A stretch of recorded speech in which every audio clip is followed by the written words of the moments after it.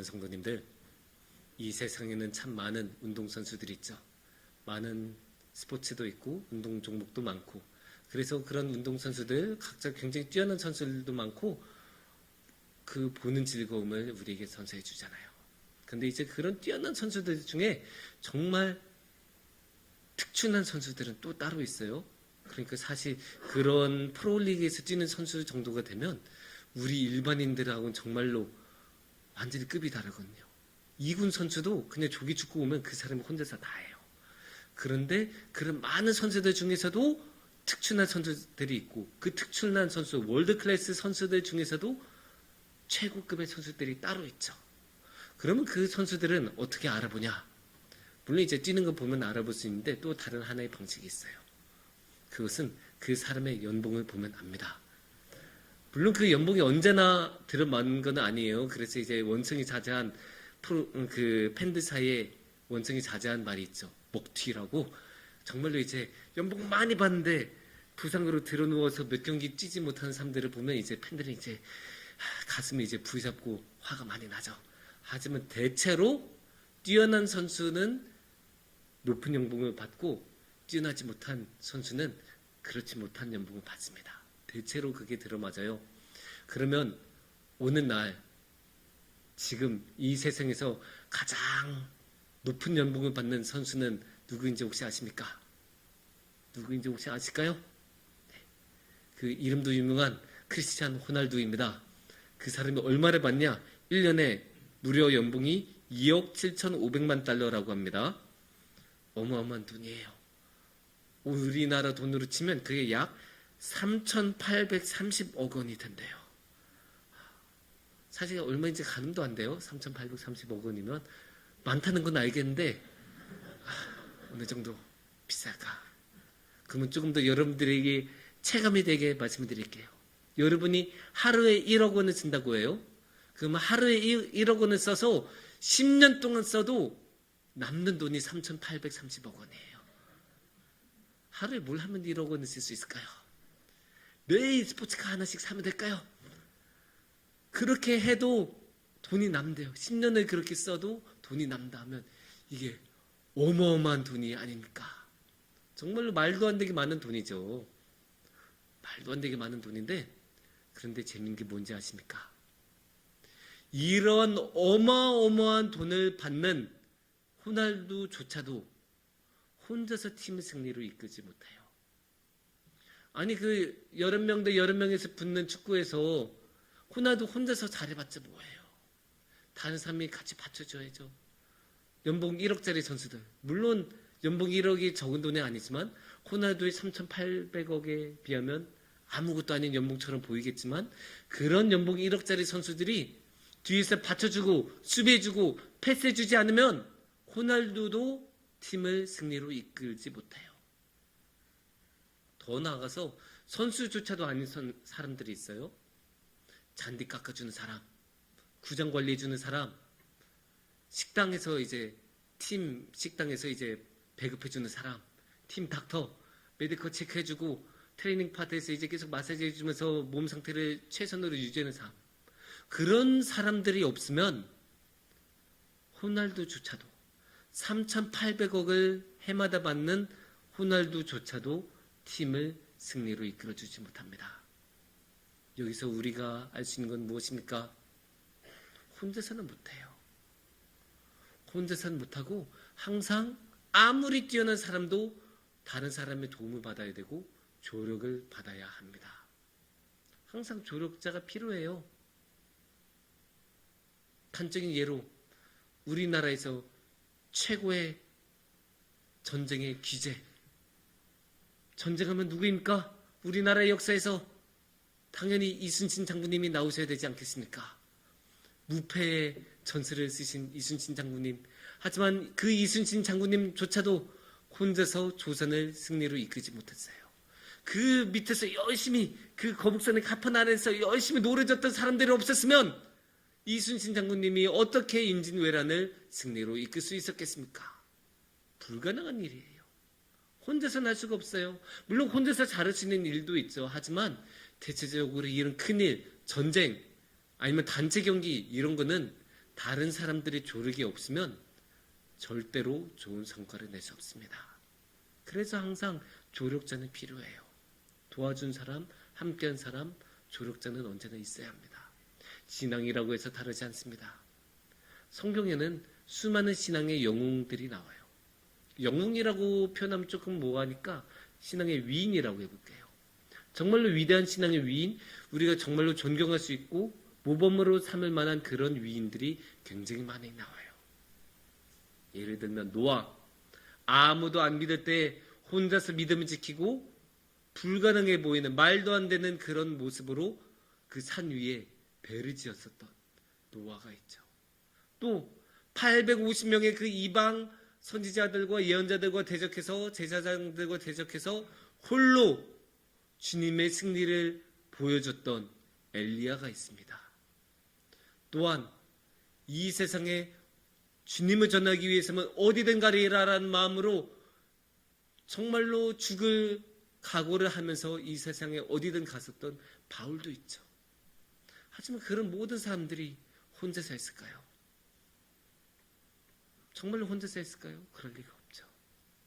노아한테는 그 함께 배를 지었던 가족들이 있었고, 엘리야한테는 항상 함께 다니던 엘리사나 그 사원이었던 게하시가 있었고, 또한 바울에게는 수많은 교회들이 그와 함께 복음을 전했습니다.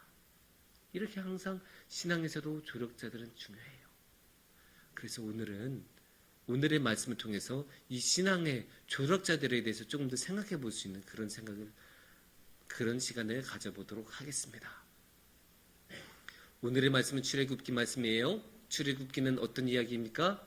출애굽기는 이스라엘 민족이 이집트 땅에서 탈출해서 쫙 나와서 광야를 거쳐서 약속의 땅, 가나안 땅으로 향하는 그런 말씀, 그런 내용입니다. 그런데 그렇게 광야 땅을 지나가다 보니 필연적으로 반드시 갈등이 일어날 수밖에 없어요. 왜냐? 그 땅에 이미 살던 사람들이 있으니까요. 그 땅에 이미 알아서 잘 살고 있던 사람들이 우리 좀 지나갈게 하고 60만 명이 지나가기 시작하면 어이구, 예, 지나가세요. 이렇게 할 사람들이 얼마나 있겠습니까? 당연히 불안해하고 긴장되고 그러겠죠? 그렇게 긴장이 되다가 그 긴장이 격화되고 갈등이 극심화되면 무엇이 일어납니까? 전쟁이 일어납니다. 전투가 일어날 수밖에 없어요. 싸움이 격하게 되면 당연히 전쟁 같은 폭력적인 방법이 나올 수밖에 없습니다. 그런 전쟁 중에 하나의 모습을 오늘의 말씀에서 볼 수 있습니다. 그래서 전쟁이 어떻게 일어나냐? 8절을 보면 우리가 알 수 있습니다. 8절을 보시면 이렇게 나옵니다. 그때 아멜렉이 와서 이스라엘과 르비딤에서 싸우니라. 여기서 보면 싸움의 장소가 나오죠. 르비딤이라는 곳이에요. 그리고 싸움의 대상이 나옵니다. 아말렉입니다. 그러니까 이스라엘 민족이 아말렉하고 싸우는 장면이 오늘의 8절에서 이렇게 시작이 된다라고 이야기를 합니다. 그러면 이 전쟁의 양상은 어떻게 진행이 될까요? 어떻게 준비를 하고 있을까요? 9절을 보시면 전투가 어떻게 진행이 될지 알 수가 있습니다. 모세가 여호수아에게 이르되 우리를 위하여 사람들을 택하여 나가서 아말렉과 싸우라. 내일 내가 하나님의 지팡이를 손에 잡고 산 꼭대기에 서리라. 예. 모세가 민족의 지도자였잖아요. 그래서 민족의 지도자니까 이 전쟁 같은 큰일이 있으면 당연히 지도자인 모세가 결정해야 돼요. 근데 모세가 어떻게 결정을 합니까?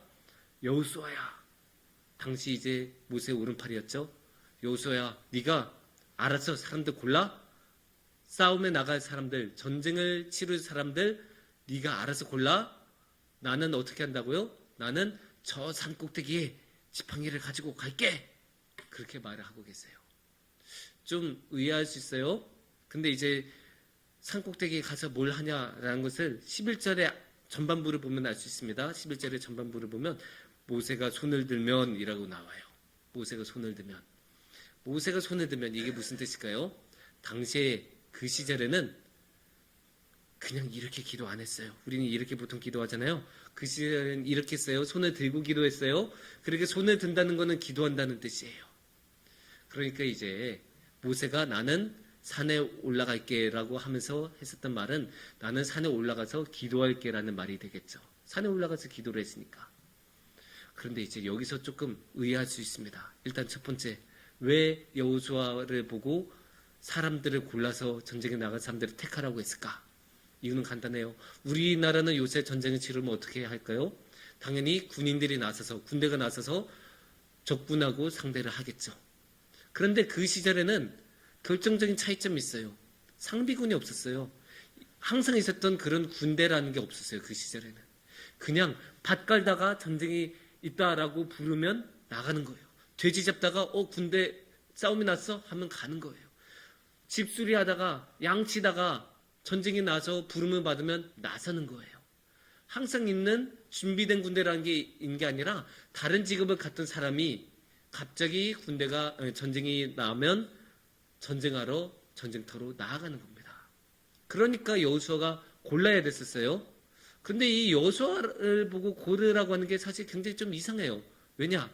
아무리 그 시대에는 오늘날처럼 그렇게 제도화된 게 아니라고 해도 이게 이상해요. 그러니까 오늘날은 전쟁이 나면 어떻게 돼요? 국군 통수권자가 누구입니까? 우리나라는 대통령이지 않습니까? 그러니까 대통령이 중심이 돼서 중요한 결정들을 내리고 전쟁을 치르겠죠. 군대가 나서서 전쟁을 치를 겁니다. 그래서 대통령이 무조건 그 어떤 중요한 본부에 가서 중요한 결정들을 내리겠죠. 하지만 모세는 지금 여기서 어떻게 하고 있어요? 네가 선택해라. 그러니까 전쟁에 관한 것, 나가서 직접적으로 싸우는 거에 대해서 관여를 안 하겠다는 거예요. 그냥 네가 알아서 사람들 골라, 네가 알아서 해. 그리고 나는 저기 위에 올라가서 전쟁을 할게.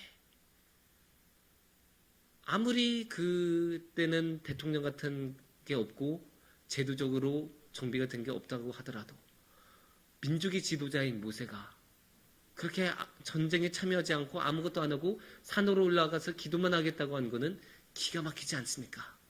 만약에 오는 날 전쟁이 일어났을 때 대통령이 국방장관한테 네 알아서 해라고 위임하고 자기는 골방에 들어가서 기도한다라고 하면 난리가 날 것입니다.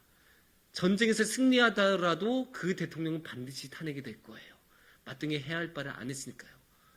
그 시절에는 제도가 정비가 안 됐으니까 그렇게 할 수 있다? 아니죠. 더더욱 정비가 안 됐으니까, 제도가 없으니까 민족의 지도자인 모세가 앞에 나서서 전투를 지도했어야죠. 하지만 모세는 그렇게 안 해요. 그냥 손을 놔요. 그냥 여호수아 보고 알아서 하라고 해요. 그리고 그냥 기도하러 가요.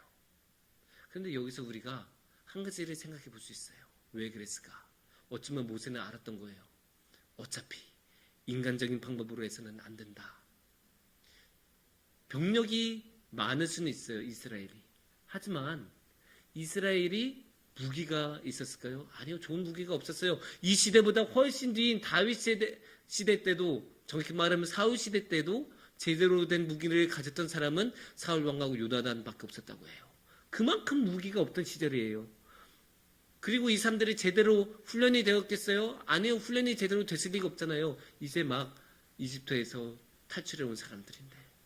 그리고 지형을 알겠습니까? 그 지형, 이제 막 리비딤에 도착한 이스라엘 민족인데 그 동네에서, 그 지역에서 평생을 살았던 아말렉 사람들보다 그 지형을 잘 알겠습니까? 인간적인 생각으로만 하면 이 상태에서 부딪히면 무조건 질 수밖에 없어요. 그냥 유린을 당하고 완전 대첩을 당할 수밖에 없는 그런 상황이에요. 그러니까 모세는 이건 어차피 안 된다라는 마음으로, 인간적인 방법으로 해서는 안 되니까 하나님의 길로, 하나님의 방법으로 기도를 해야겠다. 그렇게 생각을 한 거예요. 그래서 기도하러 나아간 거예요. 이거 아니면 다른 방법이 없다. 인간적인 노력은 절대로 되지 않으니까 기도를 해야겠다. 하나님께 빌어야겠다. 하나님께 간절히 구해야겠다라는 마음으로 산꼭대기로 간 거예요. 그리고 산꼭대기로 가서 기도를 하는데 진짜로 모세의 해안이 맞았어요. 다시 한번 우리가 11절 말씀을 보시면 이렇게 말씀을 하고 있습니다. 모세가 손을 들면 이스라엘이 이기고 손을 내리면 아말렉이 이기더니. 그러니까 모세가 손을 드는 건 뭐라고 했어요? 기도한 거라고 했죠? 그러니까 모세가 기도를 하고 있으면 이스라엘이 이겨요. 근데 손을 내리고 기도를 멈추면 아말렉이 이겨요. 산 꼭대기에서 있었으니까 모세는 그 눈에 보였을 거 아니에요. 그러니까 얼마나 부담이 됐겠어요. 자신이 민족의 지도자니까 민족의 지도자로서의 책임감이라는 게 있을 텐데, 더군다나 눈앞에 보니까 내가 기도를 하면 우리 편이 이겨, 내가 내리면 우리 편이 져. 얼마나 마음에 중압감이 있겠어요. 사실 이게 그냥 스포츠 경기만 봐도 이기고 지는 거에 따라서 팬들은 살떨려요. 정말로 이제 이러면서 봐요. 마지막에 며칠 전에 한화 팬들은 정말 가슴 부여잡고 분노를 했을 거예요. 어떻게 그럴 수가 있을까? 원망이 누군가에게는 향했을 겁니다. 그런데 사실 스포츠에서 진다고 해서 우리 삶이 무너지는 건 아니잖아요. 그런 스포츠 경기를 보는 것만 해도 이 정도인데, 민족의 지도자로서 나의 민족이 죽음과 삶의 경계에서 전쟁이 치르는 데 있어서 그런 모습을 보면 얼마나 살떨리겠습니까? 얼마나 부담이 되겠습니까? 그냥 스포츠 경기 지는 것으로 끝나지 않아요. 그냥 이번에 우승 못한 것으로 끝나지 않아요. 내가 여기서 기도를 멈추면 우리 민족이 멸망을 한다. 이 생각하면 얼마나 살떨리는 일이에요. 여러분 생각해 보세요. 지금 만약에 우리가 기도를 안 하면 우리 교회 공동체에 큰일이 나. 이러면 우리가 어떻게 기도를 안 할 수가 있어요. 정말로 이거는 주님 앞에서 간절히 기도할 수밖에 없죠. 그러면 여기서 우리가 또 물어볼 수 있어요. 아니 그렇게 위중한 상황인데 어떻게 여기서 손을 내릴 수가 있나요? 어떻게 기도를 안 할 수가 있어요? 그렇게 모세가 책임감이 없나요? 아니요. 그런 건 아니에요. 또 우리가 아까 9절에서 보면 그 모세가 뭘 들고 올라갔다고 나와요? 지팡이를 들고 올라갔다고 나와요. 그러면 지팡이 들고 올라갔다는 거는 지팡이를 쓰겠다는 거 아니에요. 그러면 지팡이를 들고 가서 뭘 했겠어요? 손을 들었다고 했잖아요. 그러면 이렇게 할 때 그냥 이렇게 손 드는 게 아니라 지팡이를 들고 이렇게 손에 들었겠죠? 지팡이를 손에 들고 이렇게 들고 있으니까 얼마나 무겁고 힘들어요. 이 상태에서 손에 들니까 당연히 힘들죠.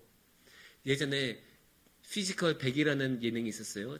저는 굉장히 재밌게 봤던 예능인데, 몸이 좋은 사람들이 누가 더 좋은 몸이냐, 누가 최고의 육체냐라는 가지고 경쟁을 하고 여러 가지 시합을 하는 그런, 그래서 최고의 피지컬을 가진, 최고의 육체를 가진 사람을 뽑는 예능이었는데, 거기에 이제 큰 돌을 오래 들게 하는 시합이 있었어요.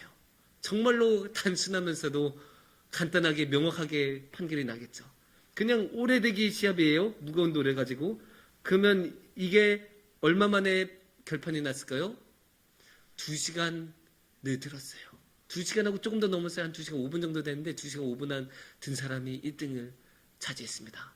그러면 여기서 볼 수 있는 게, 힘든 거 2시간 5분 정도 들면 결판이 나는구나. 근데 우리가 생각해야 되는 게, 이 전쟁은 2시간보다 오래 걸렸어요. 그러니까 당연히 손에 내릴 수도 있는 거죠. 물론 이제 지팡이는 그 피지컬에 출연했었던 사람들의 돌보다는 훨씬 더 가벼웠겠죠. 하지만 우리가 여기서 또 생각해야 되는 게, 이 피지컬 100에 출연했던 사람들은 다 젊고 팔팔한 20대, 30대 또 건장한 사람들이에요. 하지만 모세는 어떤 사람이에요? 이제 80이 넘은 어르신이에요. 그런 어르신이 지팡이를 들고 서 있으니까 얼마나 힘들었겠어요. 서 있는 것조차도 쉽지 않은데 이렇게 그 지팡이 들고 서 있으니까 얼마나 힘들었겠어요. 그러니까 이 상황에서 지팡이를 들고 있다가 내렸다가 다시 들었던 것만 해도 굉장한 거예요. 그것만 해도 정신력이 대단한 거예요. 왜냐하면 보통 이게 한번 내리면 힘들어서 다시 못 올리거든요. 탈진을 해버리니까. 그럼에도 불구하고 모세는 다시 이렇게 올렸던 거는 정말로 책임감을 가지고 자신의 민족을 위해서 기도를 했다는 것을 알 수가 있죠. 하지만 결정적인 승기를 잡을 때까지 기도를 할 수는 없었어요. 그만큼 모세가 힘이 좋지는 못했어요. 그러니까 이게 굉장히 위급한 상황이지 않습니까? 여기서 조력자들의 빛이 납니다. 12절 말씀을 보면 이렇게 말씀하십니다. 모세의 발이 피곤함에 그들이 돌을 가져다가 모세 아래에 놓아 그가 그 위에 앉게 하고 아론과 훌이 한 사람은 이쪽에서 한 사람은 저쪽에서 모세의 손에 붙들어 올렸더니 그 손이 해가 지도록 내려오지 아니한지라. 모세가 손에 들고 기도하는데 너무나 힘들어서 팔도 내려오려고 하고 비틀거리고 넘어지려고 하고 그런 힘든 상황이었을 거 아니에요. 80 넘은 어르신이 그렇게 계속 기도하고 그 무거운 지팡이 들고 서 있으니까 당연히 힘들 수밖에 없죠. 그러니까 여기서 조력자인 훌과 아론이 나타납니다. 얼른 돌을 가져서 의자를 삼아서 앉게 하고, 그래서 이제 더 이상 힘들지 않게 부담이 가지 않게 하고, 팔은 어떻게 해요? 양옆에서 훌과 아론이 팔 하나씩을 받쳐주기를 시작합니다. 걱정하지 마세요. 모세 지도자님, 이제부터는 우리가 합니다. 혼자 하지 마십시오. 우리와 함께 합시다. 힘드십니까? 그 힘든 것 우리가 다 하겠습니다. 모세 지도자님은 기도만 하세요. 나머지는 우리가 하겠습니다. 이렇게 하는 거예요. 사실 이렇게 양옆에서 받쳐주고 기도하는 그런 모습이 언제 있겠습니까? 당연히 기도는 혼자서 하는 거니까 그런 일이 있을 리가 없잖아요. 하지만 양옆에서 팔을 그렇게 붙든다는 것은 정말로 기도에만 집중하라라는 뜻이죠. 기도에만 집중하고, 그렇게 기도에만 집중하니까 육체적인 어려움이, 육체적인 부담이 떨어지니까, 없어지니까 모세는 계속 기도할 수 있었어요. 그렇게 계속 기도한 덕에 끝까지 해가 지도록 이스라엘 앞에서 기도할 수 있었고, 그렇기 때문에 이스라엘은 결정적인 승기를 결국 잡고 승리를 거둘 수 있었습니다. 여기서 우리가 정말로 보여줄 수 있었던 것은 모세가 정말로 대단한 모습을 보여줬죠. 정말로 오래 기도하면서 버텨줬잖아요. 하지만 결코 모세 혼자만의 승리라는 것은 아닌 것을 우리가 여기서 알 수 있습니다. 모세 혼자서 하는 게 아니에요. 옆에 훌과 아론이 받쳐주지 않았으면, 이쪽과 저쪽에서 팔을 들어주지 않았으면 절대로 기도를 끝까지 해내지 못했겠죠. 또 다른 조력자들이 있어요. 우리 앞에서 강조되지는 않았지만 실제로 그 전쟁을 치렀던 사람들, 여호수아가 선택했었던 그 사람들, 사실 그 사람들의 관점에서 보면 이야기가 완전히 달라지거든요. 그 사람들은 아무리 용맹하게 전투를 치러봤자 승리를 이끌어낼 수가 없어요. 왜냐? 승리는 누구한테 달려있어요? 지금 저 산 꼭대기 위에서 기도하고 있는 모세가 기도하면 우리가 승리하고, 모세가 기도하지 않으면 우리가 져요. 그건 무슨 뜻입니까? 결국 자신의 생명을 지금 모세한테 맡겨놓은 거예요. 그게 되겠습니까? 자신이 죽고 사는 것을 다른 사람한테 맡길 수 있습니까? 그게 어디 쉽습니까? 하지만 모세라는 지도자에 대한, 민족의 지도자에 대한 신뢰를 가지고 이 이스라엘의 전투하러 나갔던 여호수아와 그런 다른 용사들은 모세한테 모든 것을 맡겼어요. 그렇게 모든 것을 맡기고 실제로 전투에 나섰고 신뢰를 가지고 모든 것을 맡겼습니다. 그렇게 조력을 했던 거예요. 그게 어디 쉽습니까? 하지만 그렇게 신뢰하며 나아가서 다 함께 위대한 승리를 이끌어냈습니다. 그런데 이러한 하나 되는 모습, 조력을 통해서 결정적인 승리를 얻어내는 모습이 성경에만 있겠습니까? 아닙니다. 이런 신앙의 위대한 승리는 오늘날에도 우리에게도 일어날 수 있습니다. 특히 우리가 지금 무엇을 하고 있습니까? 우리 교회는 지금 인도네시아 발리 땅에서 선교를 하고 있지 않습니까? 우리 소중한 선교팀이 그곳에서 지금 주님의 말씀을 전하고 하나님의 복음을 전하고 있습니다. 근데 여기서 그 선교팀이 복음을 전하러 갔다고 해서 그래 잘 가 이러고 인사하면 이게 끝이겠습니까? 이제 우리는 추석이니까 송편이나 먹고 있어야지. 추석에 그 명화를 이제 봐야지. 그래서 되겠습니까? 아니죠. 우리도 함께 조력자로서 나아서야죠. 우리도 함께 도와주고 함께 선교에 동참을 해야 하죠. 함께 마음을 써야죠. 우리가 비록 지금 몸이 안 돼서, 현실적인 여건이 안 돼서 그곳에 함께 가지는 못하더라도 우리가 이곳에서 마음으로 함께 선교를 할 수는 있죠. 우리가 이곳에서 함께 기도하고 함께 찬양하고 하나님 앞에 간구하면서 복음을 전하는 일을 위해서, 선교팀을 위해서, 선교를 위해서 기도할 수는 있잖아요. 그 정도는 우리도 할 수 있어요. 그렇게는 우리도 함께 할 수 있어요. 그래서 우리가 그런 식으로 다 함께 승리를 얻어낼 수 있어요. 지금도 우리의 선교팀은 발리 땅에서 영적인 전쟁을 치르고 있을 것입니다. 그 영적인 전쟁에서 지지 않기 위해서, 승리를 거두기 위해서, 승리한 군대로서 이 땅에 돌아오기 위해서 우리는 함께 기도해야 돼요. 함께 기도하고 함께 마음을 쓰면서 그들을 도와줘야 돼요. 기도의 조력자로서, 돕는 선교사들로서 우리는 그들과 함께 기도를 해야 합니다. 그렇게 우리가 함께 기도할 때, 그들을 도와줄 때, 함께 선교를 나설 때 우리 또한 하나님 나라를 넓히는 일에 동참하고 그렇게 하나님과 함께 할 수 있습니다. 사랑하는 성도님들, 이 세상의 모든 사람들은 주역이 되고 싶습니다. 하지만 조연으로서 살아가는 삶도 꽤 괜찮습니다. 그리고 조연으로서도 우리는 해야 할 중요한 역할들이 있고 그 조연들이 있어서야만 비로소 얻어낼 수 있는 결정적인 중요한 순간들이 있습니다. 그 순간들을 위하여 우리가 주님의 나라를 넓힐 때 있을 그 결정적인 순간들을 위하여 우리도 우리의 마음을 다해서 주님의 나라 위에 함께 힘썼으면 좋겠습니다. 함께 기도하고 함께 돕고 그리하여 선교와 하나님 나라를 넓히는데 함께하여 하나님과 함께하는 큰 복을 누리시기를 축원합니다. 기도하겠습니다.